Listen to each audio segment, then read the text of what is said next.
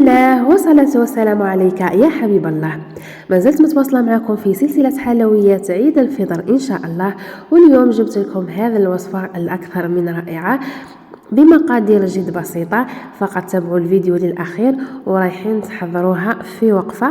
فقط ما تنساوش ديروا لي جيم للفيديو لأنه هو اللي يخلي الفيديو يوصل لأكبر عدد من المشاهدين. بعدها نبداو في المقادير وفي طريقة التحضير. اول حاجه عندي شوكولا. كل ما تستعملوا شوكولا نوعيه مليحه راحين تتحصلوا على نتيجه مليحه وعلى بنه رائعه. انا استعملت الوجدان. نجي نديرها قطع صغيره بهذه الطريقه. قطعت السوداء والبيضاء ذوبتهم على حمام مائي بهذه الطريقه. بعدها جبت هذا المول تاع سيليكون اللي رايحه نستعمله. بالنسبه لهذا المول الثمن تاعو راه ب60 ألف. نحط فيه كميه من الشوكولا، راح يديلكم يعني كميه شويه لانه الحبه راح تجي متوسطه، يعني ماهيش صغيره وماهيش كبيره. هنا اذا عندكم بانسو اخدموا به، اذا ما عندكمش ديروا كما انا فقط بالملعقه ومشيوا هكذا شوكولا تاعكم على جميع الجوانب. يعني نتوما كي تحطوا الشوكولا تاعكم راح تحسوها تهبط حتى لتحت. كل ما تشوفوها هبطت سيو طلعوها بالعقل وما تستعملوش الشوكولا وهي سخونه بزاف، لانه كي تعود سخونه بزاف ماهيش رايحه تلصق لكم في المول. يعني خليوها شويه تنحلها هذيك السخانه الزايده. بالنسبه للشوكولا البيضاء ايضا راح نديرها بنفس الطريقه.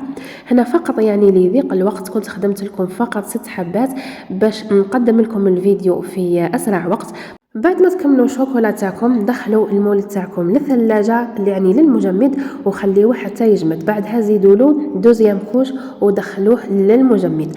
هنا نجيو نحضروا الحشو تاعنا. هنا عندي 2 ملاعق من الكاوكاو يكون مرحي رطب، وعندي 2 ملاعق من اللوز يكون مرحي متوسط باش هكذا كي نعودوا ناكلوا فيه يكون مقرمش في الفم. عندي هنا كمية من حلوة الترك راح نجي نفتتها بيدي فقط.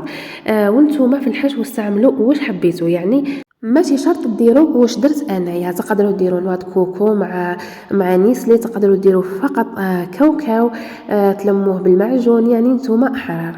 هنا هذه الطوفيه كراميل اللي كنت خدمتها معكم في تحضيرات حلويات العيد. نجي نلم بها الخليط تاعي. بالنسبه للخليط يعني ما تجريوهش بزاف، خليوه يكون محكوم. هنايا بعد ما جبت المول تاعي من المجمد، يعني كنت زدت له الطبقه الثانيه تاع الشوكولا. كي تزيدوا الطبقه الثانيه ركزوا على الجوانب، يعني ما تركزوش على الوسط.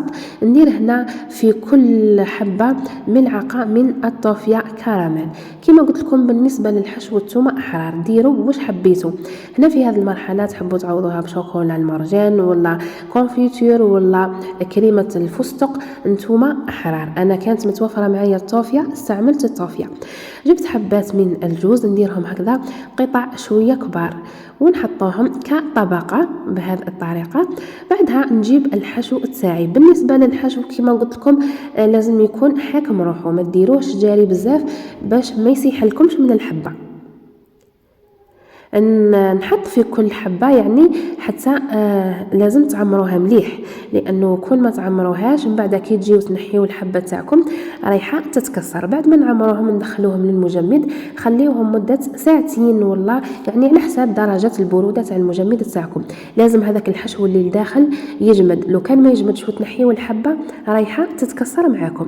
هنايا بعد ما فاتت عليه حوالي ساعه ولا اكثر من ساعه، شوفوا كنت ديموليتو بكل سهوله. وكنت وجدت صابلي، يعني راني شاركت معكم الفيديو تاع صابلي الكيله. كنت درت حبات بيض وحبات بالكاكاو، يعني اللي بالشوكولا البيضاء درت لهم صابلي ابيض، واللي بالشوكولا بالحليب درت لهم صابلي تاع الكاكاو. وانتم خليوا لي رايكم في التعليقات وقولوا لي وين اللي عجبتكم، اسكو الحبه تاع الشوكولا البيضاء ولا تاع الشوكولا بالحليب.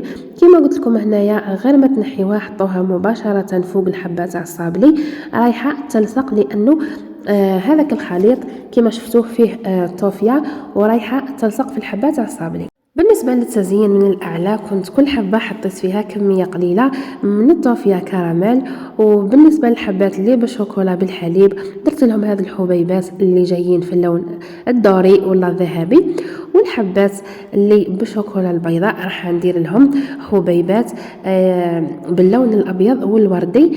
يعني وانتم تفنوا كيما حبيتوا في التزيين، زينوا باش حبيتوا وباش متوفر عندكم. صراحة الشكل تاعو يجي راقي جدا، والذوق تاعو يجي اكثر من رائع. راح نديروه في هذا العيد، راح يحمر لكم وجهكم ان شاء الله. كيما تقدروا تخبيوا الوصفة، راه جاي الصيف، جايين الخطوبات، الاعراس، المناسبات، النجاحات، وتقدروا ديروا هذه الوصفة. يعني تفرجوا الوصفة وديروا لجام وقارديوا الوصفة عندكم، واكيد رايحين تحتاجوها. اكيد رايحه نقسم معكم حبه تشوفوها كيفاش جات من داخل، جات اكثر من رائعه. راح تجي هذيك الطبقه تاع الطوفيه مع الحشو، تجي بنينه بزاف، راح تتقسم معاكم بكل سهولة. قلت لكم فقط استعملوا شوكولا نوعية مليحة، وأكيد راح تتحصلوا على نتيجة هايلة ولبنة أكثر من رائعة. يعني الحشو راح باين باللي بنين، شوفوا كيفاش يجي من داخل، يجي ما شاء الله. وهنايا نكون وصلنا لنهاية الفيديو، نتمنى إن شاء الله تكون عجبتكم الوصفة وتجربوها، ونلتقي في وصفات قادمة وفي فيديوهات قادمة إن شاء الله. سلام.